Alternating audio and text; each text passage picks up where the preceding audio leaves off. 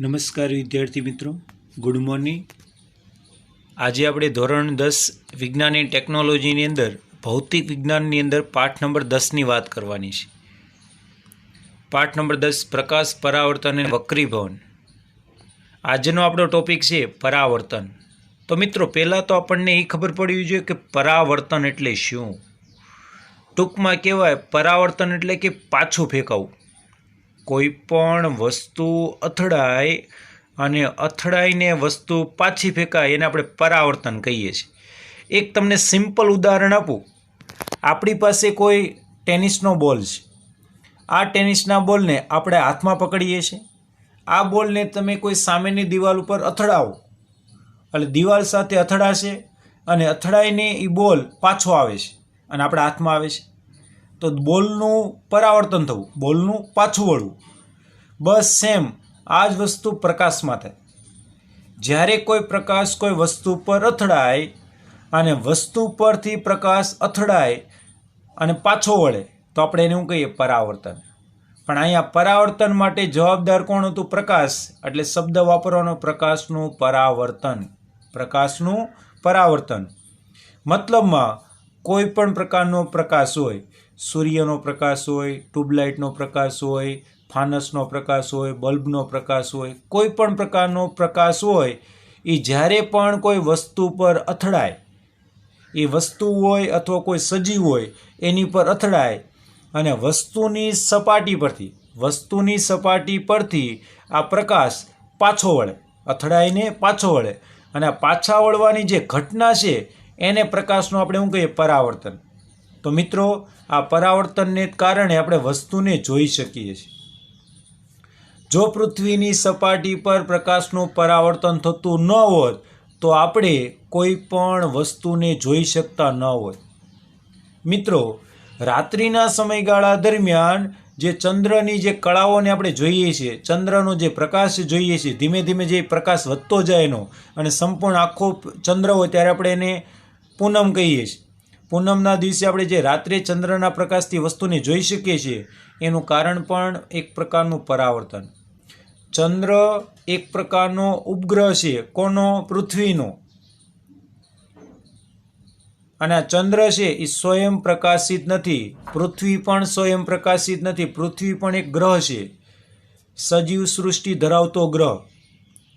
સૂર્યનો પ્રકાશ જ્યારે પૃથ્વી પર પડે છે ત્યારે જ આપણે પૃથ્વીની સપાટી પર વસ્તુને જોઈ શકીએ છીએ. આવી રીતે સૂર્યનો પ્રકાશ ચંદ્ર પર પડે, એમાંથી 60% પ્રકાશનું શું થાય? શોષણ. ચંદ્રની અંદર 60% પ્રકાશનું થાય શોષણ અને 93% પ્રકાશનું પરાવર્તન થઈ જાય. અને આ પરાવર્તન થયેલો પ્રકાશ છે એ પૃથ્વી પર આવે એટલે આપણને ચંદ્ર ચમકતો લાગે. વાસ્તવમાં તે ચમકતો નથી. ત્યારે પણ પ્રકાશનું થયું પરાવર્તન. મતલબમાં પ્રકાશના પરાવર્તનની ઘટનાને કારણે આપણે વસ્તુને જોઈ શકીએ, આપણે એકબીજાને જોઈ શકીએ. એની માટે પ્રકાશનું જવાબદાર હોય પરાવર્તન. તો મિત્રો, આપણે વ્યાખ્યાને સમજવાનો પ્રયત્ન કરીએ. કોઈ વસ્તુ પર પ્રકાશ આપાત કરતા. હવે આપણે વાત કરીએ, આપણી પાસે કોઈ વસ્તુ છે, એ વસ્તુ પર કોઈ પ્રકાશ આપાત થાય. હવે વાત કરીએ, ટ્યુબલાઇટનો પ્રકાશ છે એ વસ્તુ પર આપાત થયો. તો કોઈ વસ્તુ પર પ્રકાશને શું કરતા? આપાત એટલે કે દાખલ કરવો. વસ્તુની સપાટી પર પ્રકાશને દાખલ કરવો એટલે શબ્દ વાપર્યો છે આપાત.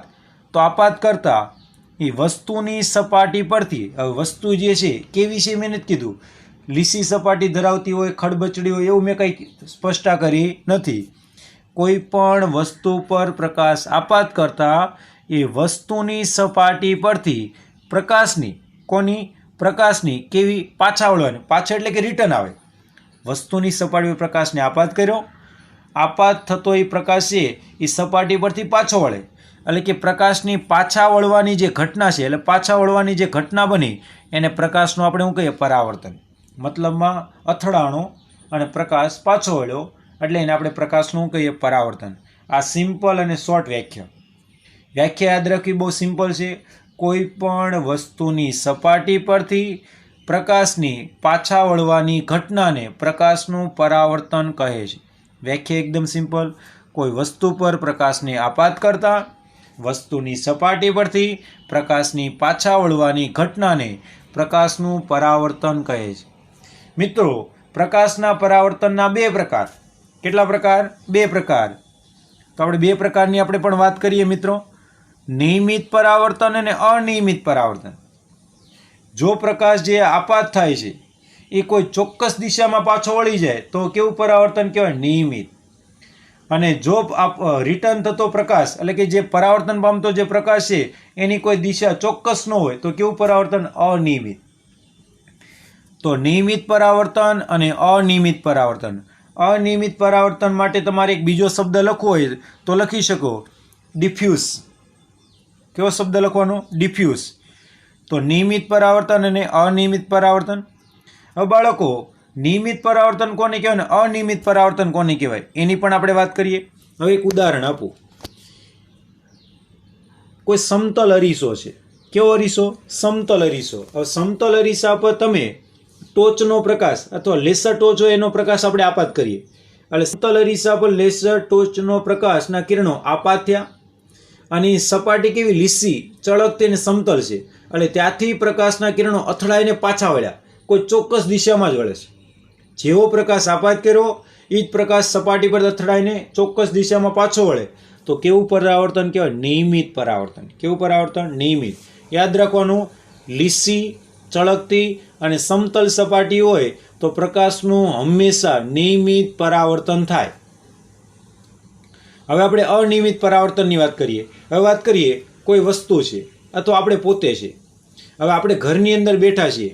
ઘરની અંદર આપણે, આપણા મમ્મી પપ્પા, દાદા દાદી, ભાઈ બહેન બધા જ આપણે ઘરમાં એક સાથે બેઠા છે. રાત્રિનો સમયગાળો છે અને ઘરની અંદર ટ્યુબલાઇટ અથવા બલ્બનો પ્રકાશ છે. તો આ ટ્યુબલાઇટ કે બલ્બનો જે પ્રકાશ છે એના જે કિરણો એ આપણા ઉપર આપાત થાય, આપણા માતા પિતા ઉપર પણ આપાત થાય અને આપણી આસપાસની વસ્તુ છે એની પર પણ આપાત થાય. આપાત થાય અને પ્રકાશના કિરણો ખાલી ફક્ત આપણી આંખમાં જ આવશે? નહીં. આપણી આંખમાં પણ આવશે, આપણા માતા પિતાની આંખમાં પણ આવશે, કોઈ વસ્તુ હોય એની પર પણ આપાત થશે. મતલબમાં XYZ કોઈ પણ વસ્તુ પર આપાત થાય અને પરાવર્તન થઈને કોઈ પણ દિશામાં વળી જાય. દિશા ચોક્કસ હોય નહીં. એટલે આપણી આંખમાં પણ આવે, આપણા માતા પિતાની આંખમાં પણ આવે, જેથી કરીને આપણે એકબીજાને એવું કરી શકીએ? જોઈ શકીએ. જો આ અનિયમિત પરાવર્તન થતું ન હોય તો આપણે એકબીજાને જોઈ શકતા ન હોય. કારણ કે અનિયમિત પરાવર્તનને કારણે વસ્તુને જોઈ શકાય અને આપણી આસપાસના જે કાંઈ વ્યક્તિઓ છે એને પણ આપણે જોઈ શકીએ. ત્યારે આપણે એને કેવું પરાવર્તન કહીએ? અનિયમિત.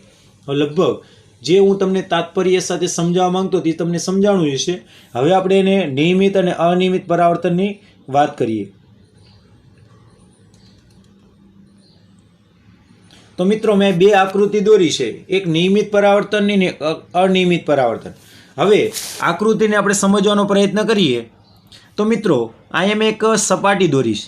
આ સપાટી છે કેવી છે? એકદમ લીસી, સમતલ અને ચળકતી છે. લીસી, સમતલ અને ચળકતી સપાટી. હવે કદાચ આપણે આ સપાટીને કઈ સપાટી પણ કહી શકીએ? કેવા અરીસાની? સમતલ અરીસાની સપાટી કહીએ. હવે આ સમતલ અરીસાની જે સપાટી છે એના પર હું પ્રકાશના કિરણો, અહીંયા પ્રકાશના કિરણો, હવે અહીંયા કદાચ હું ટોચ લ્યો, અહીંયા હું લ્યો ટોચ. તો આ ટોચના પ્રકાશના કિરણો આપણે વાસ્તવમાં 3 કિરણો દર્શાવીએ. કેટલા કિરણો? 3. તો આ 3 કિરણો છે એ મેં આપાત કર્યા, તમે જોઈ શકો છો. 3 કિરણો એક ચોક્કસ માર્ગમાં આપાત થાય છે. અને આપાત થાય છે એક જ કિરણો તો ખાલી આપણે આપાત કિરણ લખત, પણ આ કિરણો એક કરતાં કેવા છે? વધારે. એટલે આ શબ્દ લખવાનો આપાત કિરણો. કેવા કિરણો? આપાત કિરણો. એ સપાટી પર આપાત થયા. કેવી સપાટી પર આપાત થયા? લીસી, સમતલ અને ચળકતી સપાટી પર. સપાટી પરથી પાછા વળે છે. અહીં જો તમે જોઈ શકો, સપાટી પરથી કેવા વળ્યા? પાછા વળ્યા. અને પાછા વળવાની જે ઘટના, પાછા પણ વળે છે એ કોઈ ચોક્કસ દિશામાં જ વળે છે. જેવા આપાત થયા એવી રીતના પાછા પરાવર્તન પામે છે. તો આ પરાવર્તન પામે છે એ પરાવર્તિત કિરણો કેટલા છે? 3. એટલે આ શબ્દ વાપરો, પરાવર્તિત કિરણો. કેવા કિરણો? પરાવર્તિત કિરણો. આપાત થયા એવી રીતના પાછું એનું પરાવર્તન થયું. આપાત કિરણોની દિશા પણ ચોક્કસ હતી અને પરાવર્તિત કિરણોની દિશા પણ કેવી હતી? ચોક્કસ. એટલે કયું પરાવર્તન કહેવાય? નિયમિત પરાવર્તન. કેવું પરાવર્તન? નિયમિત પરાવર્તન. તો બાળકો, નિયમિત પરાવર્તનની વ્યાખ્યા બોલું છું. જ્યારે પ્રકાશનું સમાંતર કિરણપુંજ, યાદ રાખવાનું, કિરણપુંજ એટલે શું થાય? એક જ કિરણ એવા અનેક પ્રકારના કિરણો હોય, એ કિરણોનો જે સમૂહ છે એને આપણે કિરણપુંજ કહીએ છીએ, જે આપણે અગાઉ શીખી ગયા છે. કિરણોના સમૂહને આપણે શું કહીએ? કિરણપુંજ. તો આ જે કિરણપુંજ દેખાય છે તમને, તો જ્યારે પ્રકાશનું સમાંતર કિરણ, સમાંતર એટલે સરખા છે, સીધા જાય છે, તો જ્યારે પ્રકાશનું સમાંતર કિરણપુંજ કેવી ચળકતી સમતલ અને લીસી સપાટી પર શું થયા? આપાત. ત્યારે પરાવર્તિત પ્રકાશ, આ બધો કેવો પ્રકાશ કહેવાય? પરાવર્તિત પ્રકાશના કિરણપુંજ એટલે કે કિરણોનો જથ્થો એ કોઈ ચોક્કસ દિશામાં શું રહેશે? સમાંતર રહેશે. જેવા સમાંતર આપાત થયા એવી રીતના પરાવર્તન પણ કેવું રહ્યું? સમાંતર.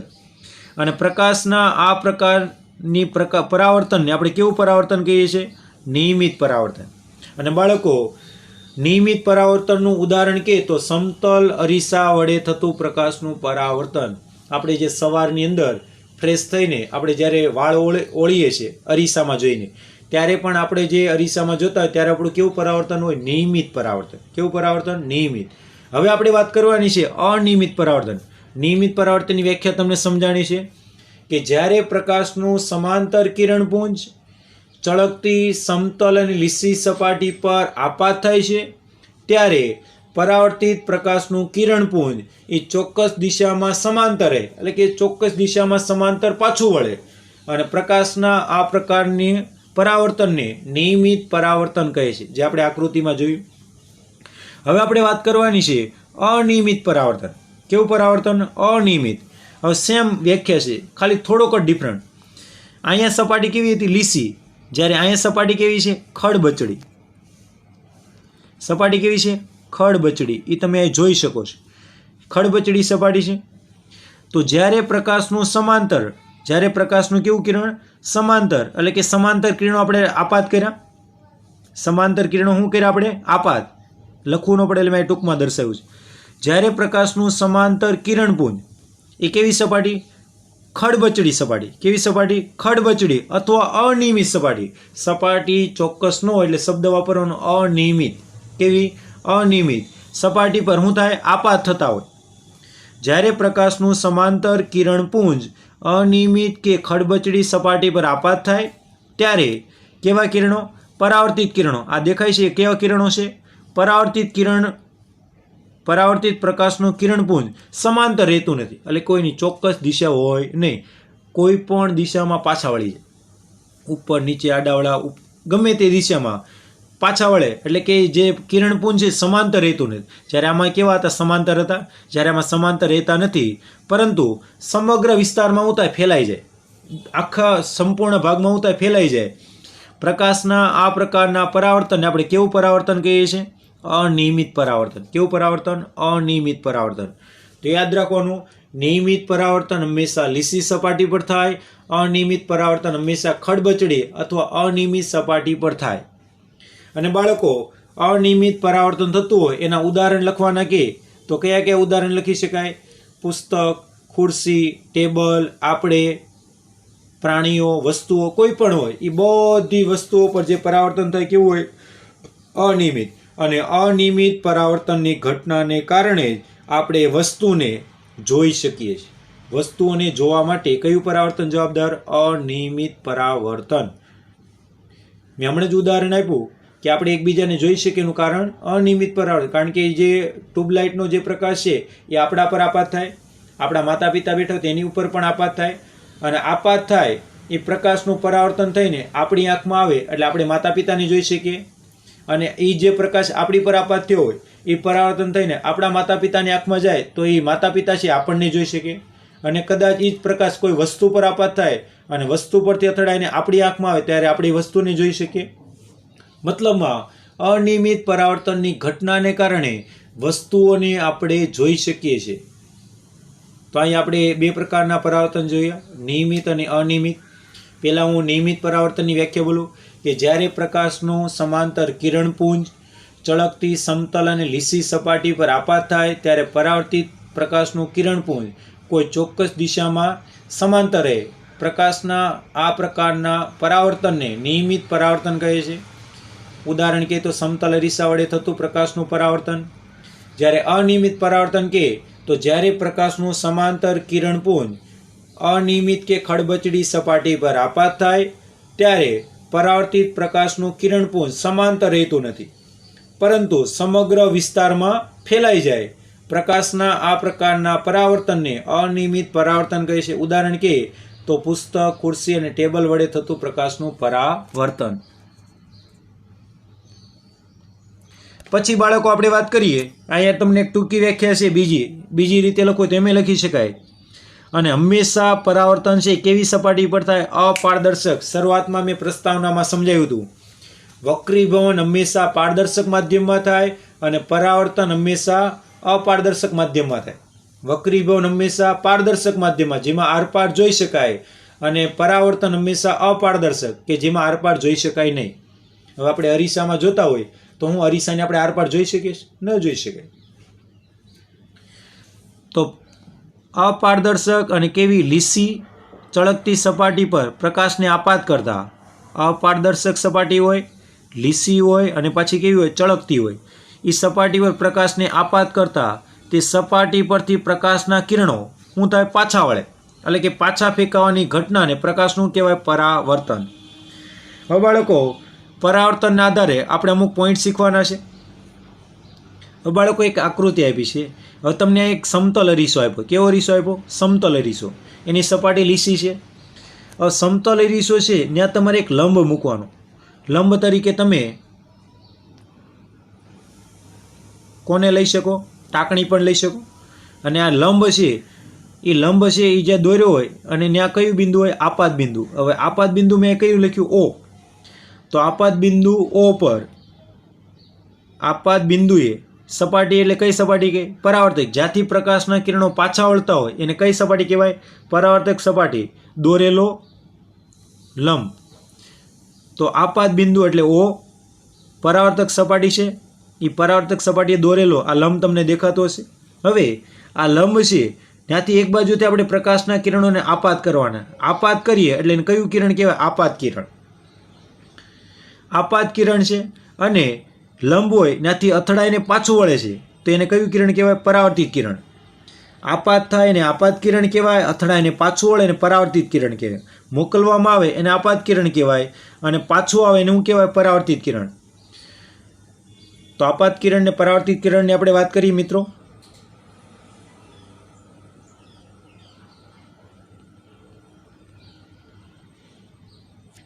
તો આ આપણું આપાત કિરણ અને આવડું આ પરાવર્તિત કિરણ. આપાત અને આ પરાવર્તિત. હવે આપાત કિરણ છે અને આ લંબ છે, એની વચ્ચે ખૂણો બને ને એને આપાત કોણ કહેવાય. શું કહેવાય? આપાત કોણ. આપાત કિરણ અને સપાટીને દોરેલા લંબ વચ્ચે બનતા કોણને શું કહેવાય? આપાત કોણ. આપાત કિરણ અને સપાટીને દોરેલા લંબ વચ્ચે ખૂણો બને એનું કહેવાય આપાત કોણ. હવે આપાત કોણ માટે હું સંજ્ઞા શબ્દ વાપરું છું θi.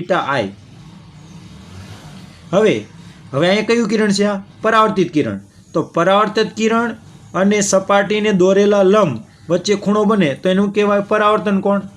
આપાત કિરણ સાથે આપાત કોણ બને અને પરાવર્તિત કિરણ સાથે પરાવર્તન કોણ બને. એને હું સંજ્ઞા વાપરું છું θr. આપાત કોણ માટે θi અને પરાવર્તિત કોણ માટે θr. મતલબમાં થીટા શબ્દ કેમ વાપર્યો? કોણ માટે ખૂણો હોય ને ત્યારે થીટા શબ્દ વાપરવાનો. થીટાની સંજ્ઞા આપણે આવી રીતના લખતા હતા. ચાલો, એટલામાં આપણને ખબર પડી ગઈ છે. અને હંમેશા જેટલું મૂલ્ય આપાત કોણનું હોય એટલું જ મૂલ્ય કોનું હોય? પરાવર્તન કોણનું. એ બંનેના મૂલ્ય સમાન હોય. તો પેલો પોઈન્ટ તમને ખબર પડી ગઈ. આપાત કોણ અને પરાવર્તિત કોણ કેવા હશે? સમાન હશે. કેવા હશે? સમાન. કારણ કે જેટલા કિરણો આપાત કર્યા હોય એટલા જ કિરણો પાછા વળવાના. તો આપાત કિરણ સાથે કોણ બને ને આપાત કોણ કહેવાય? પરાવર્તિત કિરણ સાથે કોણ બને ને પરાવર્તન કોણ કહેવાય? આપાત કોણ. ચાલો, આપાત કોણ છે એ 90 અંશનો છે એક્ઝામ્પલ. તો પરાવર્તન કોણ પણ કેટલા અંશનો છે? 90 અંશનો છે. બંનેના મૂલ્ય કેવા હશે? સમાન. આપાત કોણ અને પરાવર્તન કોણ સમાન હોય છે. હવે આપણે વાત કરીએ આપાત કોણની વ્યાખ્યા લખું છું. આપાત કોણની વ્યાખ્યા કઈ રીતના દર્શાવવાની? તો આપાત કિરણ અને અરીસાના આપાત બિંદુએ આ કયું કિરણ છે? આપાત.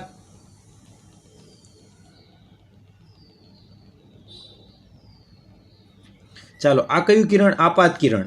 ચાલો, આપાત કિરણ આવ્યું. અરીસાના આપાત બિંદુ, અરીસાનો કયું બિંદુ છે? આપાત બિંદુ. આપાત બિંદુ કયું? O. આપાત બિંદુએ પરાવર્તક સપાટી, આ કઈ સપાટી છે? પરાવર્તક સપાટીએ દોરેલો એક પ્રકારનું છે લંબ, અને પરાવર્તિત કિરણ, અહીંયા પરાવર્તિત કિરણ તમને દેખાતું હશે. પરાવર્તિત કિરણે બધા જ એક જ સમતલમાં હોય. તમે જોઈ શકો આપાત કિરણ, આપાત બિંદુએ દોરેલો લંબ અને પરાવર્તિત કિરણ બધા ભેગા થાય છે સપાટી પર. તો આપાત કિરણ અરીસાના આપાત બિંદુએ સપાટીને દોરેલો લંબ અને પરાવર્તિત કિરણ એ બધા એક જ સમતલમાં હોય, જેને આપણે શું કહીએ છીએ? આપાત સમતલ. શું કહેવાય? આપાત સમતલ.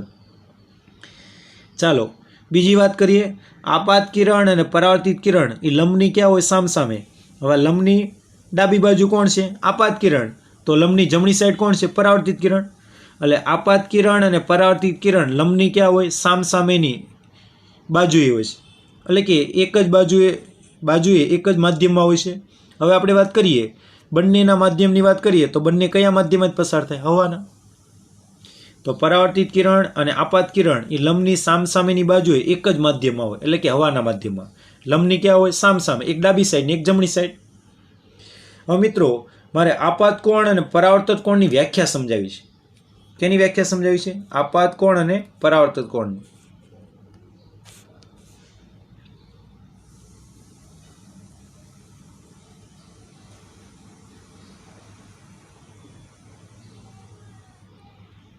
ચાલો આપાત કોણની વ્યાખ્યા લખવું તો અહીંયા આપાત કિરણ, કયું કિરણ? આપાત કિરણ. અને પછી અહીં કયું બિંદુ? આપાત બિંદુએ. આપાત બિંદુએ કોને? સપાટીને દોરેલો લંબ સાથે બનતો કોણ, એટલે અહીંયા કોણ બન્યો? આપાત કિરણ અને આપાત બિંદુએ, અહીંયા જે સપાટી છે ત્યાં આપાત બિંદુએ દોરેલા લંબ વચ્ચે કોણ બન્યો? એનું કહેવાય આપાત કોણ. તો વ્યાખ્યા લખવાની: આપાત કિરણે આપાત બિંદુએ સપાટીને દોરેલા લંબ સાથે બનાવેલા કોણને આપાત કોણ કહે છે. અને આપાત કોણની સંજ્ઞા કઈ વાપરવાની? આઈ. બીજી વ્યાખ્યા સિમ્પલ, મતલબમાં જે આપાત કિરણ વાપરતા હતા ત્યાં શું વાપરવાનું? પરાવર્તિત કિરણ.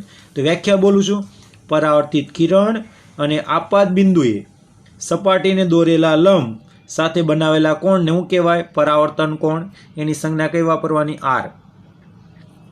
ચાલો બંને વ્યાખ્યા સમજાઈ ગઈ છે તમને. અને બાળકો પરીક્ષાની અંદર પૂછીએ કે પ્રકાશના પરાવર્તનના નિયમો, તો પહેલો નિયમ કયો લખવાનો? આપાત કોણ આઈ અને પરાવર્તન કોણ આર બંને કેવા હોય? સમાન. એટલે આમ કહી શકાય જેટલો આઈ હોય એટલો જ આર હોય, જેટલો આપાત કોણ એટલો જ પરાવર્તન કોણ. બંનેના મૂલ્ય સમાન હશે. આ પહેલો નિયમ. આપાત કોણ અને પરાવર્તન કોણના મૂલ્ય સમાન હશે. આઈ બરાબર આર.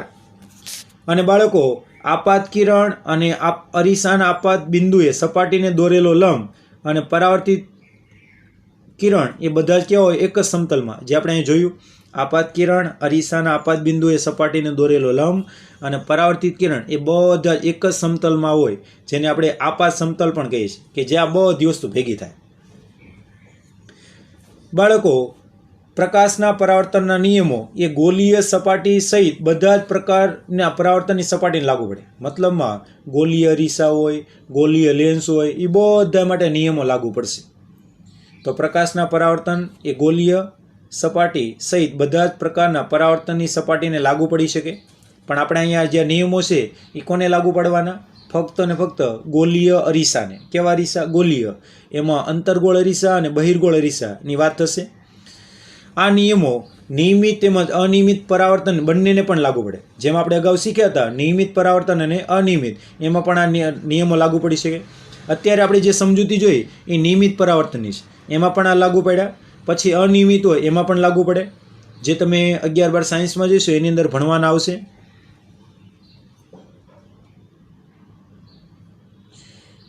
પ્રકાશનું કિરણ અરીસા પર લંબરૂપે આપાત થતું હોય ત્યારે તે જ માર્ગમાં પરાવર્તિત થાય, એટલે કે આઈ બરાબર આર બરાબર 0. મતલબમાં લંબનું ક્યારેય પરાવર્તન થાય નહીં, એટલું યાદ રાખવું. પ્રકાશનું કિરણ અરીસા પર લંબરૂપે આપાત થતું હોય ત્યારે તે જ માર્ગે પાછું પરાવર્તિત થાય, એટલે જેમ આપાત થાય એવી રીતના પાછું બીજા માર્ગ ઉપર પરાવર્તન થાય, ત્યારે આઈ બરાબર આર બરાબર શું થશે? 0 એવું થશે. અને બાળકો પરાવર્તન માટે સૌથી બેસ્ટમાં બેસ્ટ હોય ને કે જે સંપૂર્ણ પરાવર્તન થાય તો ચાંદી એ પ્રકાશનું ઉત્તમ પરાવર્તક ગણાય છે. ચાંદી છે એની પર જેવો પ્રકાશ આપાત કરો બધા જ પ્રકાશનું થઈ જાય પરાવર્તન. એટલે તમે જોયું છે કે વાહનોની જે હેડલાઇટ હોય, વાહનોની હેડલાઇટ એટલે કે જે આગળ જે લાઇટ હોય એ લાઇટની અંદરનો ભાગ છે ને એકદમ ચાંદી જેવા પડ જેવો બનાવેલો, ચળકતો બનાવેલો, જેથી કરીને પ્રકાશનું વધુમાં વધુ શું થાય પરાવર્તન અને દૂર સુધી પ્રકાશ ફેલાય. તો ચાંદી એ પ્રકાશનું ઉત્તમ પરાવર્તક ગણાય છે. મિત્રો, અહીંયા આપણો આ લેક્ચર પૂરો થાય છે. ન સમજાણું હોય તો તમે વોટ્સઅપ દ્વારા અથવા કોલ દ્વારા મને પૂછી શકો છો. હવે પછીનો લેક્ચરની અંદર આપણે વસ્તુનું પ્રતિબિંબ રચાય તેમ ક્યારે કહેવાય અને પ્રતિબિંબના પ્રકારો વિશેની આપણે ચર્ચા કરીશું. અને કદાચ ગુજરાત રાજ્ય શિક્ષણ બોર્ડ જે આપણે નવો અભ્યાસક્રમ નક્કી કર્યો એ પ્રમાણે જ આપણે ચલાવવાનું છે. તમારે જેટલો આપણે અભ્યાસક્રમમાં છે એટલું જ આપણે અત્યારે ચલાવીએ છીએ. અને પછીના જે વધારાના પ્રશ્નો છે કે જે પરીક્ષાની અંદર પૂછાવાના નથી પણ આપણે કદાચ ભવિષ્યની અંદર 11-12 સાયન્સમાં જઈએ અથવા કોઈ પણ ફિલ્ડમાં જે ઉપયોગમાં આવતા હોય એવા પ્રશ્નો આપણે પછીથી ચલાવીશું જો સમય વધશે તો. પહેલાં તો આપણો એક જ હેતુ કે બને ત્યાં સુધી આપણો અભ્યાસક્રમ ઝડપથી પૂરો થાય. એટલે એની માટે જે આપણે અભ્યાસક્રમની અંદર નથી તેને આપણે ચલાવશું નહીં.